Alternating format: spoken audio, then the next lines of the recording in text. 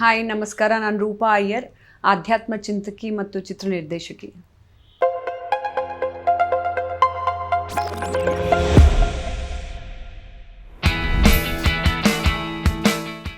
philosophy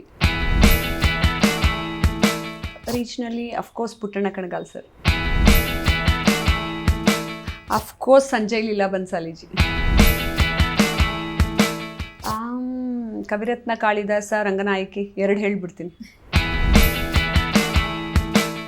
Indian ಸಿನಿಮಾದಲ್ಲಿ so many, ಅದರಲ್ಲಿ recent ಡೇಸಲ್ಲಿ ಹಮ್ ದಿಲ್ ದೇ ಚುಕೆ ಸನಮ್,